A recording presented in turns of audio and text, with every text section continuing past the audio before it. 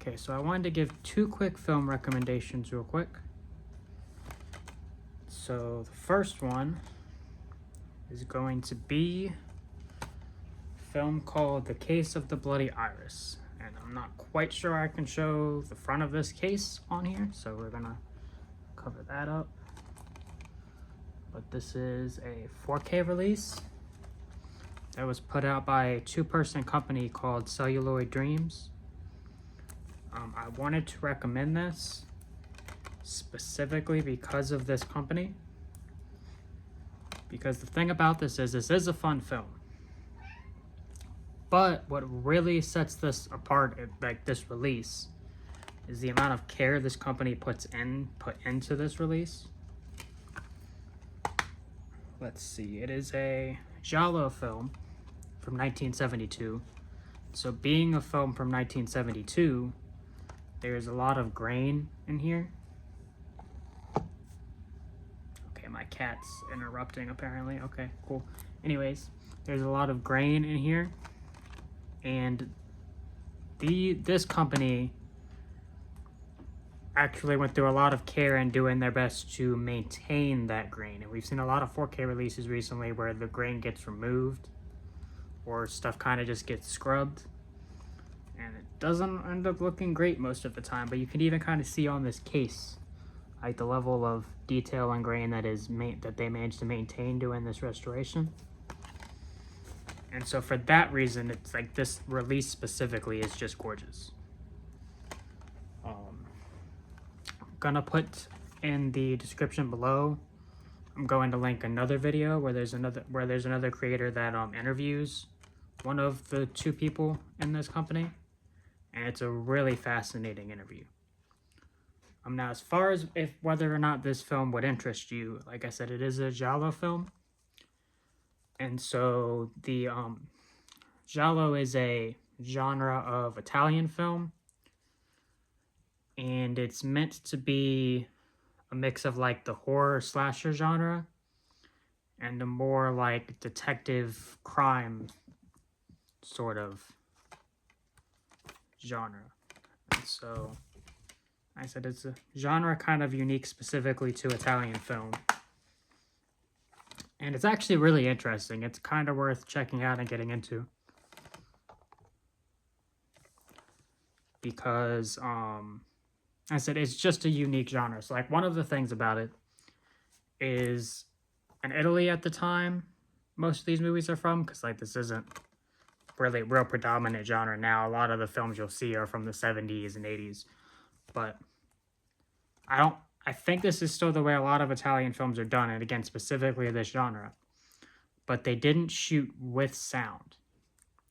And so vocals had to be dubbed over afterwards. And what's funny about that is that means when you find giallo films, you're thinking, okay, they're Italian films, so it'll only be the English that's kind of like the weird thing where the vocals don't necessarily match the mouth movements and all that. But no, in giallo, it's actually funny because that happens even if you watch the Italian dub, because it is still a dub. So yeah, so that's just kind of funny and interesting. Another thing I've heard about giallo is that they would often have actors that come from like of all different ethnicities and things that had different first languages, and they would actually let the actors act in their first language, since again sound wasn't there when filming and it was all dubbed over later anyways. I don't know how that works. I don't know if maybe they like give everybody a script in whatever language they're acting in.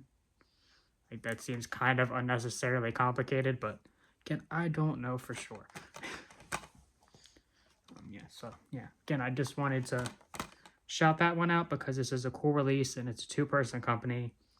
And I know that, to me, just the level of quality they put into this, I'm probably going to be buying everything they put out. Which, on that note, this is the next film they are doing. Right here. So that should probably be out in a few months.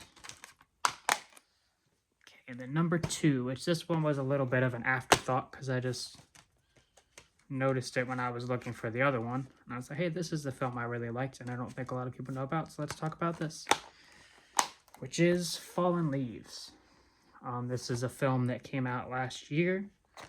It is a Swedish film, and I've noticed getting more into world cinema that I actually really tend to like a lot of Swedish films. Yeah, I actually haven't had this too long. I haven't really dug into here. Looks like there's some little art cards in here.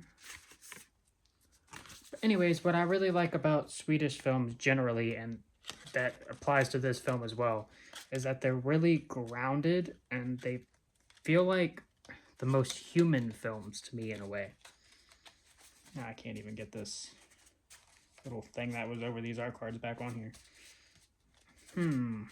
Maybe I won't put it back. I don't know. Let's see. Anyways, they're really grounded and they just feel really human. And this film specifically I really like because you take that and then you mix in this like dry deadpan humor throughout the whole thing. And I'm a person who really likes dark comedy, so that just works for me. Overall, it's also a nice story, that aside. But yeah, this is definitely one of my favorite movies from last year. I didn't really rank the new movies I watched last year, so I'm not quite sure if this would be in my top 10, but it probably is. So yeah, those were the 2 movies I wanted to recommend. I will talk to you guys later.